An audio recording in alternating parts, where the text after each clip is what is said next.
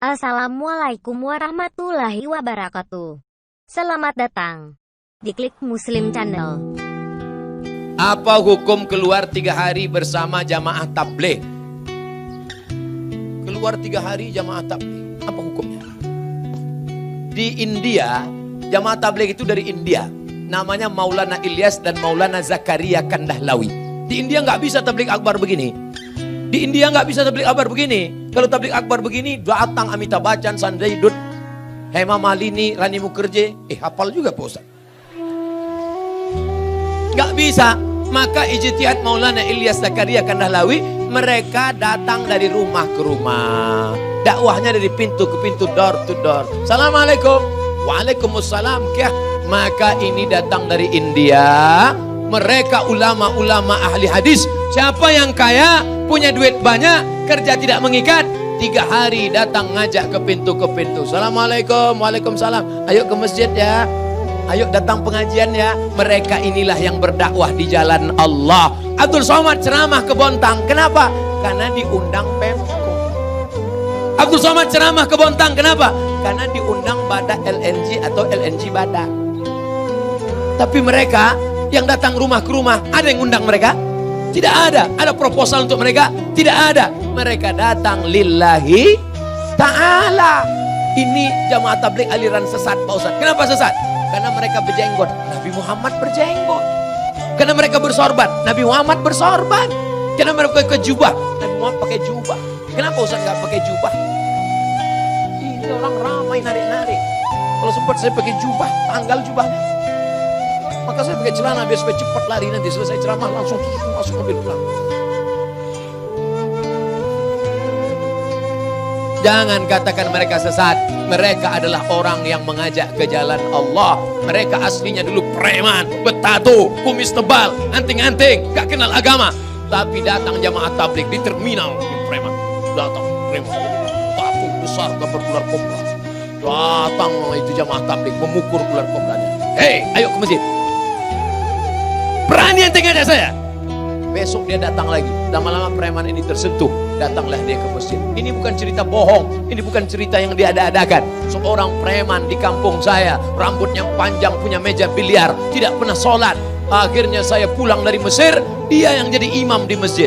Bismillahirrahmanirrahim. Saya heran, siapa ini? Assalamualaikum warahmatullahi. Yang punya meja biliar. Saya tanya, abang gimana ceritanya tobat? Ustadz gak pernah menceramahi aku gak pernah datang ke masjid, aku gak pernah dengar khutbah, aku gak pernah nengok tabligh akbar. Tapi ada orang yang datang ke meja biliarku, mengajakku. Siapa itu? Inilah dia jamaah tabligh. Berapa banyak orang dapat hidayah karena mereka. Kalau engkau belum sanggup seperti mereka, jangan ejek olok-olok mereka. Ini banyak orang ngejek. Apa itu? Itu jamaah kompor. Apa itu? Itu jamaah KUPJ. Apa itu KUPJ? Kelompok Ustadz Panjang Janggut.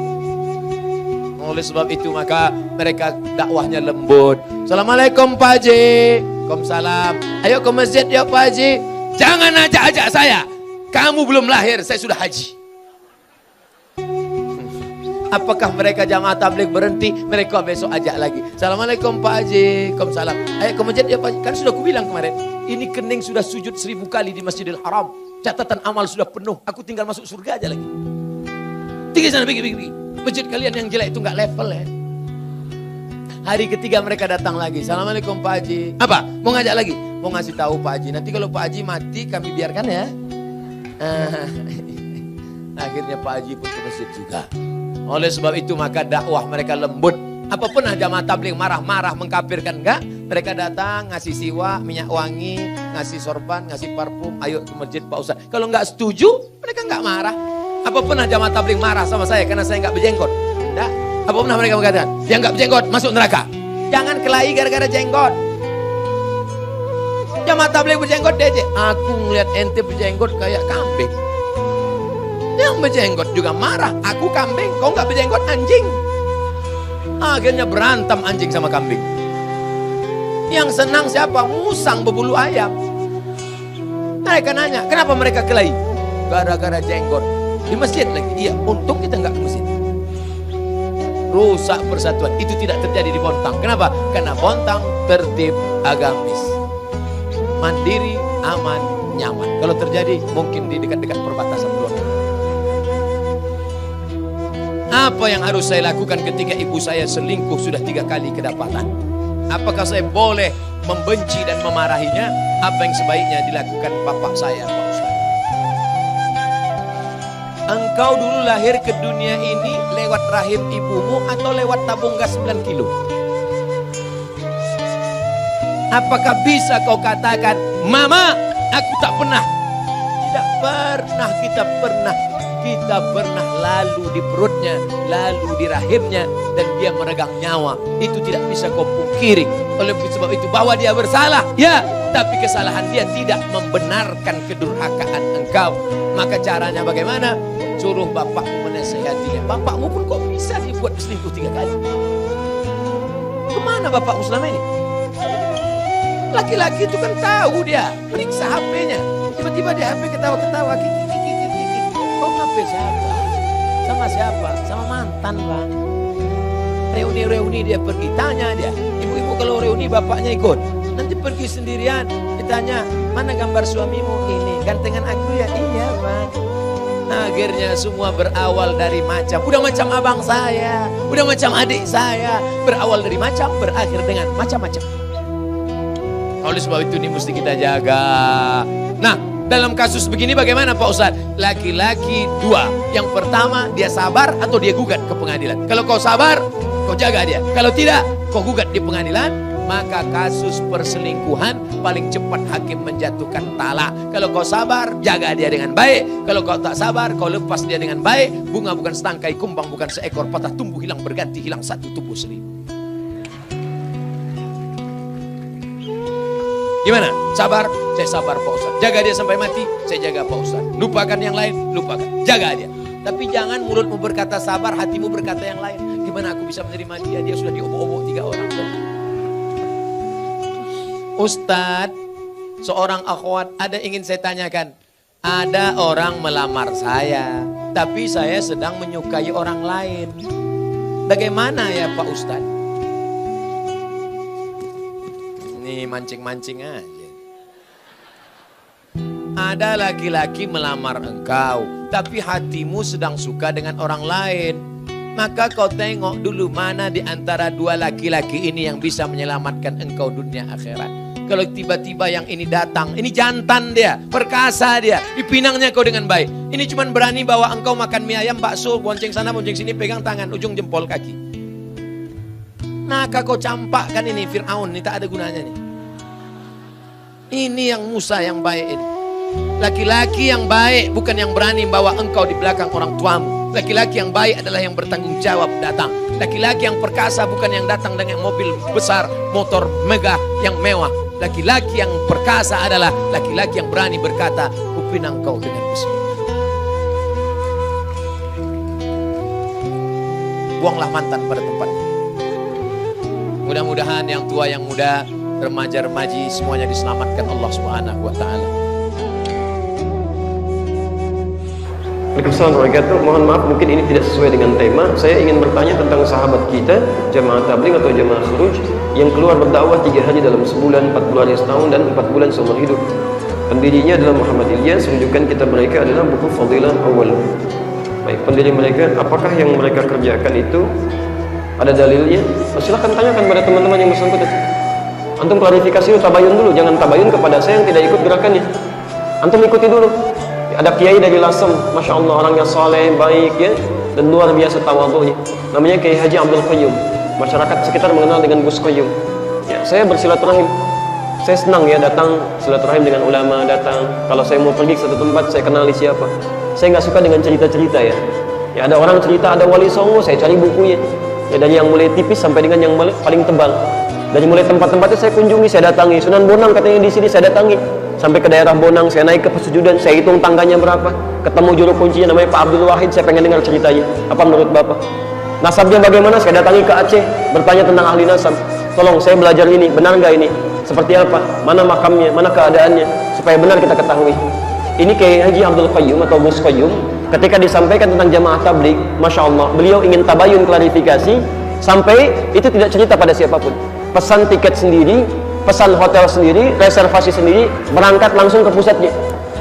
Yang kalau suka ada kumpul-kumpul, konon katanya ada di daerah Asia Selatan deh, Pakistan atau India itu, datang ke sana melihat langsung apa yang dilakukan, apa yang terjadi dan sebagainya.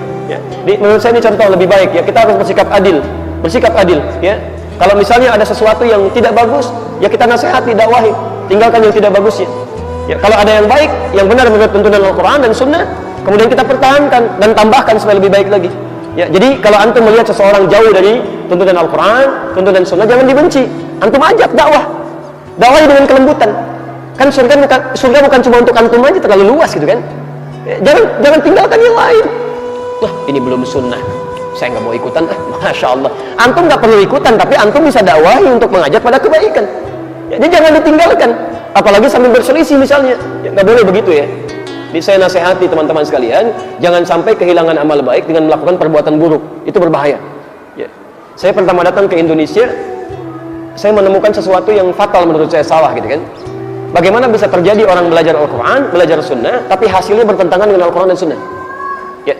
Zaman Nabi, orang belajar Quran, belajar Sunnah, dari yang keras jadi lembut, yang terpecah jadi menyatu, yang pemukul jadi perangkul, yang pencela jadi pecinta.